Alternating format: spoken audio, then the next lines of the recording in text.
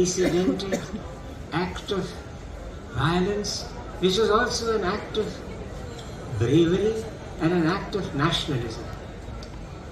An Indian youth called Madan Lal Dhingra, on that very day that Gandhi landed in London, assassinated a British official called Sir Curzon Ely.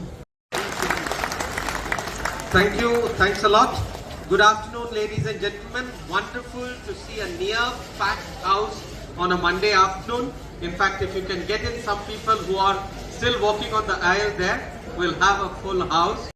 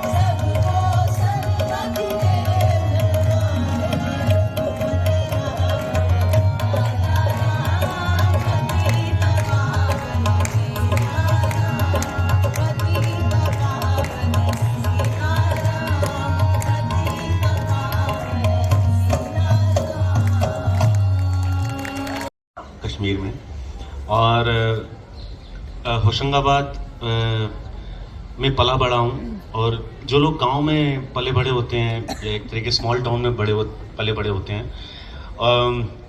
उनके अंदर दोनों चीज़ होती हैं। एक तो मुक्तता होती है बिकॉज नदी है, पहाड़ है, और एक तरीके का कॉम्प्लेक्स होता है, वो स्मॉल टाउन कॉम्प्लेक्स जिसको हम बोलते हैं।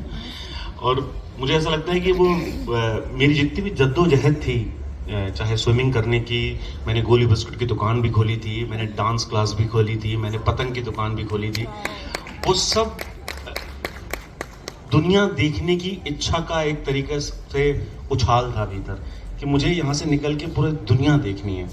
और मुझे याद है, मैं और सलीम जो मेरा दोस्त था, वो हमेशा होशंगाबाद रेलवे स्टेशन पे जाके बैठ जाते थे और ट्रेनों का आना जाना देखते थे। और मैं हमेशा सोचता था ये ट्रेन जाती कहाँ है, ये हमारे गांव से जो धड़धड़ाते निकल जाती हैं और रुकती भी नहीं है, ये कहाँ जाती हैं, कहाँ पहुँचती हैं। और मुझे वो सारी जगह देखनी थी। मुझे वो तो आज भी मेरे अंदर वो बच्चे सी उच्छृंखलता है कि कैसे भी मुझे हर चीज़ देखनी है, सब लोगों से मिलना है, पूरी दुनिया कैसी है। तो मैं अभी यूरोप यात्रा से आया हूँ वापस, और ऐसा लग रहा है कि फिर कहाँ जाया जाए। तो यही है पूरा जीवन मेरा। मानव कौल को अगर घुमक्कड़ कहा जाए तो शायद जो है नाइंसाफी नहीं होगी।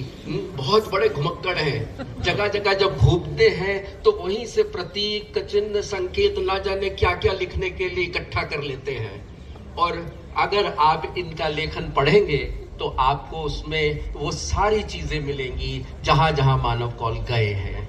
शायद अगर मैं सही हूं तो एक और मुझे बात जो एक तरह से बार बार मेरी आंखों के सामने आई, ये चाय की दुकान का चक्कर क्या है?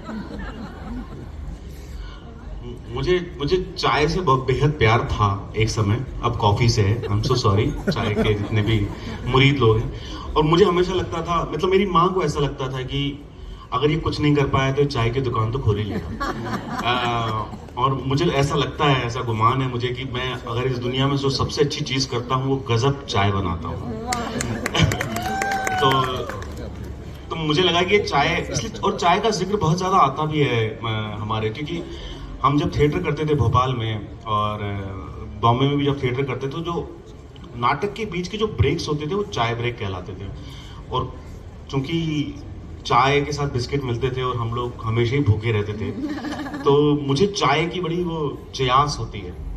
तो इसलिए चाय बहुत इंपॉर्टेंट होती गई मेरे जीवन में, और इसलिए मेरे राइटिंग का भी हिस्सा है, हर चीज़ का हिस्सा है चाय। मुझे लगता है कि शायद मानव कौल बार बार चाय की दुकान का जिक्र करके एक बृहद समाज की भी बात कर रहे हैं। बार बार जहां लोग आते हैं, एक साथ बैठते हैं, चाय पीते हैं और उन लोगों से भी बहुत मिलना चाहते हैं।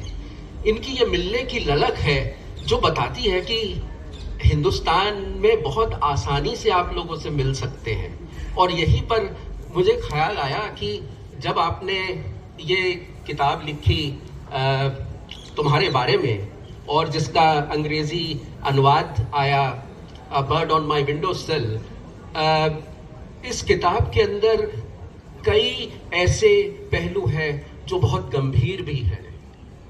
जब आपने फ्लेमिंगो डांस देखा तो अचानक रोना क्यों आया, और अचानक उसके बाद एक नाटक का अंतिम दृश्य कैसे तैयार हो गया?